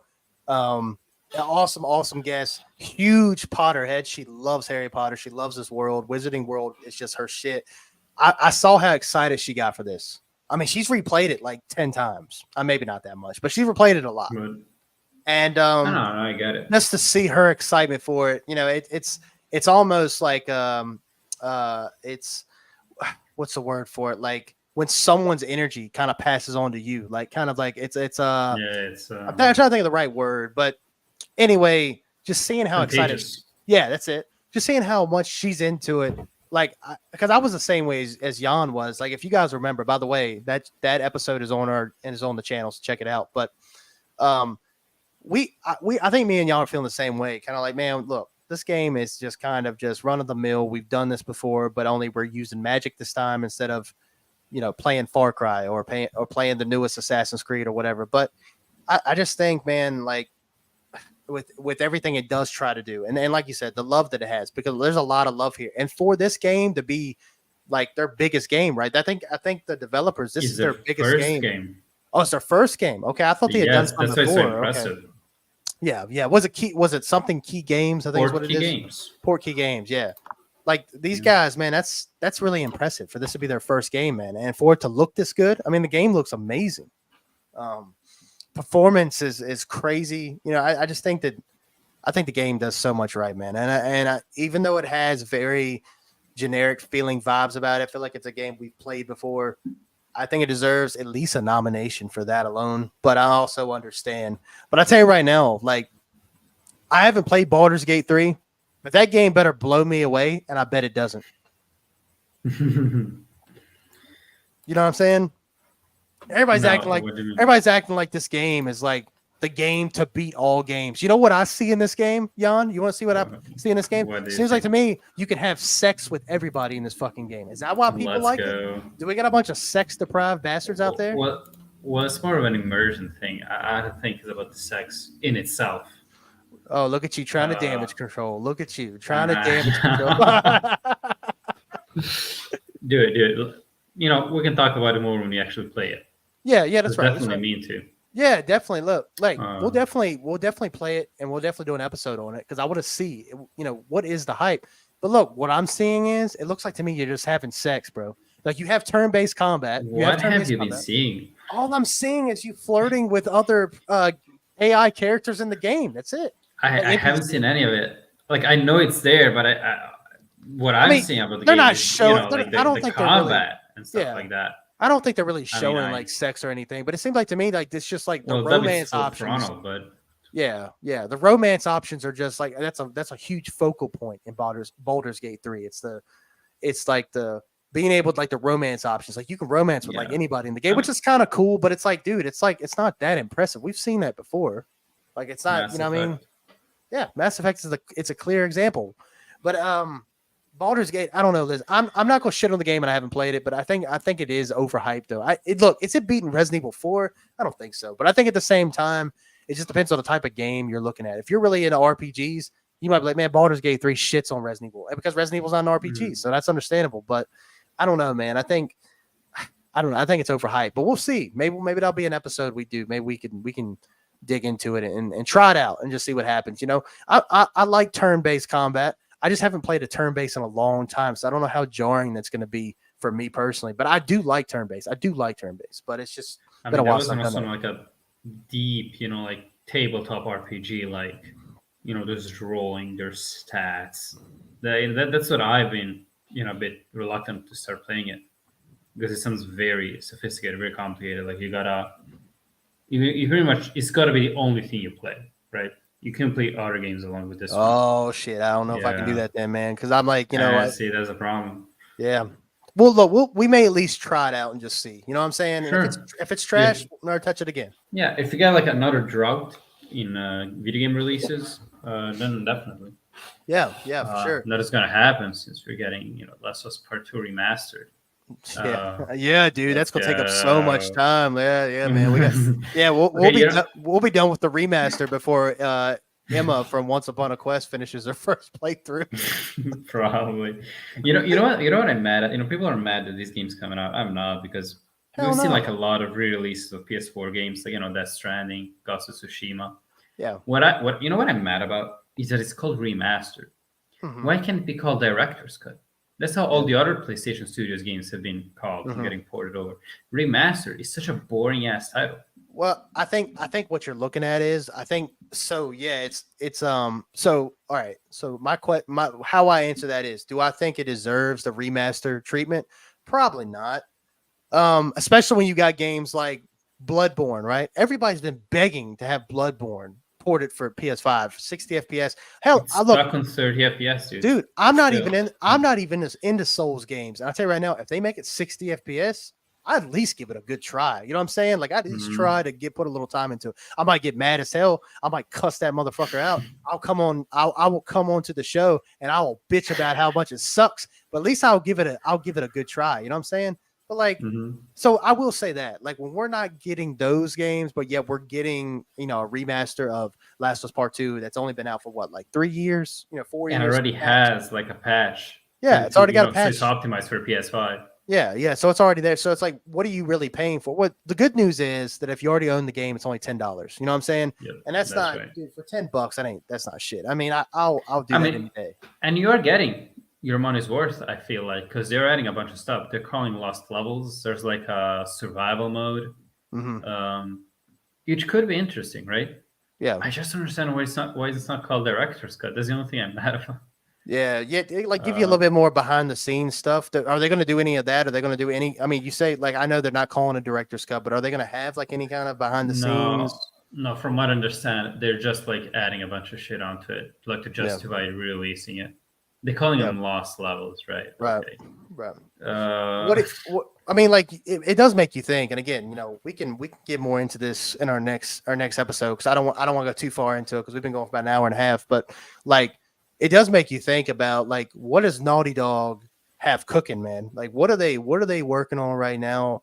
Because like, it seems like to me, man, they're pushing, like they for some reason, man, they're like, hey, remember The Last of Us? Here's a remake. Hey, remember The Last of Us Part 2? Here's a remaster. And it's like, they're being very, very quiet about what they're working on. They're working on I think they said they're working on I know they're working on a new IP. A lot of people think it could be Last of Us Part 3. I think they need to leave Last of Us alone for a while, maybe do something else.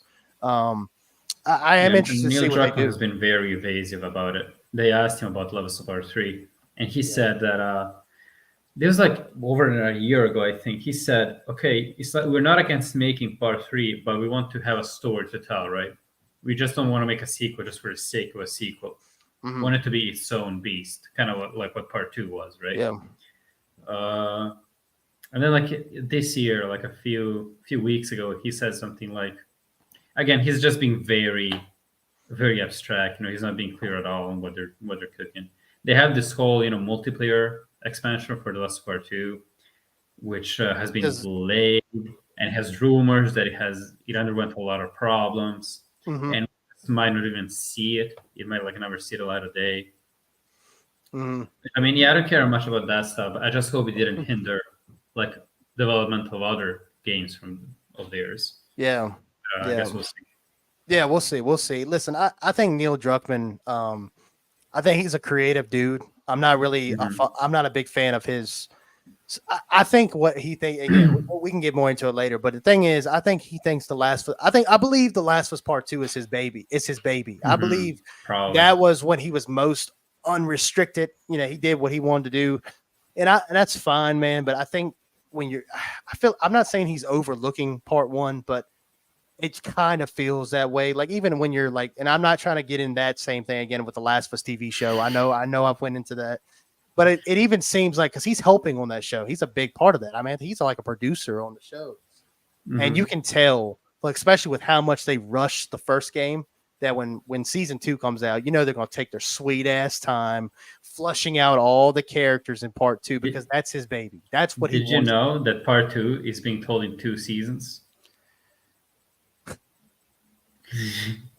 So it checks out, right? Let's move on. Anyway, is there anything else about the game awards or game of the year? Is there any other honorable mentions you'd like to put out there? I mean, we played a lot of games this year, man. What's another? We did, but why can't I remember? I know I'm having trouble. I'm having trouble too, man. I mentioned Dead Space. I know you haven't really played that. The Dead Space remake is quality, just like it's a lot like Resident Evil 4. I think Resident Evil 4 is a better game, but Dead Space remake, I'm just telling you right now, I know there's no, I'm sure there's no creators of that game watching our show. Maybe they are.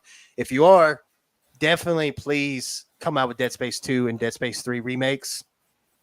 Dude, we'll buy them. I'll buy them. Those are great games. And I honestly was kind of late to the show with Dead Space. So I would just love to get back into these games for modern controls, modern audiences. I mean, especially if you keep the same love and quality you did for the Dead Space remake.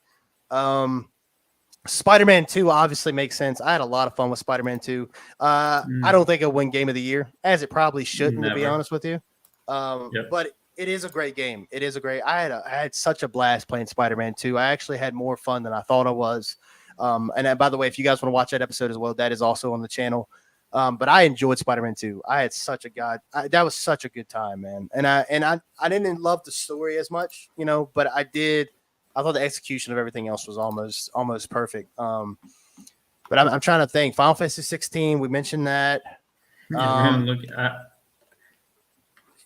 was going to mention Mortal Kombat 1, but Mortal Kombat, man, I don't know, man. I enjoyed it at first when I started playing it, and then I started to kind of lose a bit of interest. But I can see that being like a nominee for fighting games, and it probably is, right? Let me see if I can switch the category here. Role-playing narrative, action game. Oh, Jedi Survivor, dude. How did we forget that? Oh my God. Yeah, that came out. Oh, you're right. God, that came out. Yeah, dude. Yeah. That game I love that game. Holy shit. Yeah, that game was cool. Definitely liked it way better than the first Jedi game. Dude, I hear Liza. I played a little bit of Liza P. Liza P was a great game. Well, I Like from what totally I want could to get see. into that. Yeah, I want to get onto that. That looks great. Let's Life of see. Pi, or one of my favorite movies. Love to see a video game adaptation of it. I'm messing around. Yeah, I bet to say. Like I was like, what the fuck? Yeah, Whatever. they're two different things. Yeah. Street Fighter 6. Yeah. Oh, Mortal Kombat 1 is nominated. Street Fighter 6. Yeah, both of those great games. Yeah. Dude, Street Fighter 6. Like I know you're not much into fighting games. The Street Fighter 6 is really Kicks a ass. really good game. Yeah, dude, it's got an RPG element to it. I really like. Yeah. By the way, so you think he's gonna? You can play that anytime you want to. You can play that anytime you want to. You're right. You're right. So do you think it's better than MK1? Yeah, actually, yeah. Yeah, actually, yeah. I believe it's a lot better. It's got more customization. I love customization, and they do a good job with that. I'm trying to see if there's anything else I'm missing. Starfield. That's a good one. But yeah, Starfield did come out. Yeah, that trash. Yeah, no, that's good. No, that game is trash. Listen, it's not trash. It's a decent game. I haven't played it, so I don't know. It's a decent game, but Bethesda needs to make that 60 FPS on Xbox. It makes no sense why it's not. The visuals are not that good. Let's be honest. Diablo 4. I know we haven't played that, but that was getting a lot of traction when that first came out. I'm surprised that's not. That's true. Up there. Well, from what I understood, they kind of tanked it with the microtransactions and stuff. Right. And they're promising to kind of make it better. From what I understood, it had like sort of a season pass. Mm-hmm. And usually in these kinds of games, when you buy the season pass, if you get all the rewards, then you have enough gems or whatever, like in-game currency, to buy the next season pass, right? Right. But in this one, it wasn't the case. In fact, when you get to the end of the season pass, you don't have enough in-game currency to buy anything from the store. Yeah, it was terrible. And also, from what I heard, it was very difficult to level up in the season pass. You had to play a lot, like a lot. Yeah. So that rubbed the players the wrong way. I was going to ask you, are you into? Because I'm surprised I hadn't heard you talk about this. How about Armored Core? Armored Core. It's kind of like a Souls-like. Armored Core 6. Yeah, I mean it's made by From Software. It's what they did before Dark Souls, pretty much. Mm-hmm. And now they're they got enough cash and recognizability to do it again. I haven't looked into it. I think I was so busy with everything this year that I just I didn't even buy it. Oh, you know what's interesting though? Best performance. What did you pick? Best performance? What are we really talking about? Like as far as how it best. Well, I'm looking at the list here. I mean, you got Ben Starr, Clive, Yuri Lowenthal. Dude, that's a good one. Idris Elba. I haven't played Phantom Liberty yet, so I don't know how he does in that. You got Cameron Monaghan as Kyle. Yeah, that's a close one. I mean, look, between those three, man, that's tough. I want to say Yuri. Right? But man, I love Ben Starr, man. I love that dude.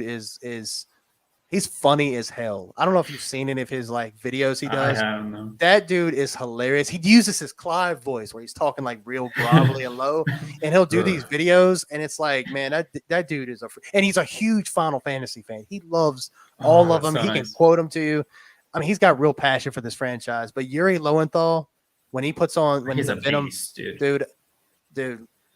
I think you got to give it to Yuri Lowenthal out of there. And honestly, to me, that's probably my top three. That's probably my top three for me too. And I pick Yuri out of there for sure. Yeah, I honestly hope he wins. Yeah, I like this category. Yeah. Yeah, I'm not gonna be mad about Ben Starr, but if Yuri, I want Yuri to get it. But Ben Starr too. I mean, some of the shit he did in that game. I'll kill you. I'll fucking kill you. Oh, dude, that was. I wouldn't mind at all if he wins. Honestly. Dude, that was some great voice acting, man. We got Melanie Liebert. She voiced Saga. I can only imagine. Oh, she was okay. Yeah, she was all right. Yeah, she's crazy, okay. But yeah. I mean, but when you're matched against, you're alone, so you're kind of doomed from the get-go. Yeah. But I mean. Most anticipated game. Okay, this is interesting. Ooh, let's go. Oh, here we got Star Wars Outlaws is the first one. Then you have Final Fantasy VII Rebirth. That's me. Tekken 8. Like a Dragon, Infinite Wealth. That does look pretty good, but I'm not into the Yakuza games right now. Yeah, and then to play Hades, all the other ones. And then Hades too. I heard the first Hades is great. I just haven't. I played Hades this year. Oh, I loved it so much. Yep. It's so like it's fun as hell. First off, the vibe is good. The art is great. The music is great, and somehow they made a story in a roguelike. And he made a fun story, like a very interesting, fun story. Every character has so much personality, voice acted very well. I have nothing but praise for Hades. Nothing but praise. Well, and good. I cannot wait to play Hades 2. Good deal. Yeah, I play as a goth mommy witch. I cannot wait. Yeah, but you already know. For me, anticipated games got to be Rebirth, man. I cannot wait for that game. I think I can agree with you on that one. That might be that probably already is my game of the year, but we'll wait and see. But let's keep our fingers crossed. Now I will tell you this, man. Listen, we're getting the GTA 6 reveal on Tuesday. I'm interested to see if that comes out this year. Maybe it'll come out this year. That'd be kind of interesting. It probably won't. It probably won't. Maybe. Yeah, you know what? I'm willing even to accept a dare. Fucking do something crazy if it comes out next year. Well, the only thing I'll say to that, and then we'll kind of wrap this up, but the only thing I'll really say that is when Red Dead Redemption 2 was going to be released, they had released one trailer, and it was 6 months in advance, and then they released another trailer to show gameplay, and then within 3 months it was out. So if it goes by that same thing, maybe it'll come out this year, but I don't know, man. It's hard to say. This is actually not that. This is such a big game. It's such a big game. I don't even know, man. I don't know how Rockstar does it usually, because I don't know. I'm kind of used to Japanese developers that announce a game 10 years before it gets released. Yeah. Yeah, I got you. Yeah, no, I'm looking forward to it, and again, I have to thank all of you guys. I appreciate you checking out the channel, and checking out that video. I'm really proud of it, and I can't believe it really blew up like it did. So I really appreciate you guys checking it out. Awesome. All the new people that's subbed to the channel, really appreciate you. It's a great way to finish out the year to say that the channel has 250 subscribers and the podcast is growing every day. So really, really do appreciate it. But yeah, this was a great topic of conversation. We talked about Alan Wake a lot longer than I thought. I thought that was going to be a very short and sweet 10-minute conversation and be like, all right, let's talk about game of the year. But actually, our game of the year conversation went by a lot quicker. But you know what? I think it no matter whose game of the year it is, as long as we're enjoying games, that's what we play for, right? So even if you think that shit-ass Baldur's Gate 3 is game of the year, then good for you. I really am happy that we're just enjoying video games. At the end of the day, we got to enjoy games. If you're not enjoying it, why are you playing? And I know for me personally, my mental has been screwed up when it comes to games. So I'm just happy to enjoy playing games. I'm excited for Avatar. I can't believe I'm saying that. I'm looking forward to playing Avatar and seeing how that is, man. Does it look very Far Cry-esque? Yes, but listen, I like Far Cry. So if I like Far Cry, into that kind of game and into that franchise, I think it's the game made for you. Yeah. So I'm looking forward to it, and it feels good to be looking forward to games again, because I was kind of having a bit of a lull there. So anyway, Jan, you got anything else you want to say about the Game Awards, Alan Wake 2, anything else going on? Well, the only thing I got to say is that you can count me on being there on December 7th when the Game Awards. I mean, not physically. I'll be on my couch. But, I'll be there. Oh, yeah. And make sure to flood you specifically, Dylan, with messages holy shit, dude. Yeah. Yeah, I'll be paying attention. And definitely, if you want to, we can definitely talk about it a little bit on the last show of the year. Last show of the year. Do that. Yeah. Dude. Yeah. So I think with that being said, just to remind you guys, we have one more show. I believe it is it the 17th? Yeah, yes. It looks like December 17th is going to be the final show of the year, and then we're going to take a bit of a break and come back mid to late January. So we got one more show for you guys. I've had a lot of fun this year. Had some great conversations, and we're only going to have better ones from here. So be looking out for that December 17th at 2 p.m. That's a Sunday, so we should be somewhat back to normal for there. And then we'll have a little bit of a holiday, man. I'm excited, and yeah, just thank you. I'm overwhelmed. I appreciate the support, and I appreciate you, Jan, for being a great co-host. Help me out with this thing. I appreciate you guys checking out the videos on the channel. Been trying to work really hard. Yeah, I think our lives are so busy. It's really hard to take the time to do stuff like this. But damn it, when you see the reap of your rewards, you see people really enjoy what we have to say. It makes it worth it. It makes it real worth it. So anyway, that's all I had to say about it. I didn't mean to get super sentimental, but I appreciate the support. But thank you guys for watching. Merry Christmas until next time. And yeah, we'll see you in episode 39 of the Deadhead Podcast. Until then, stay dead, my friends.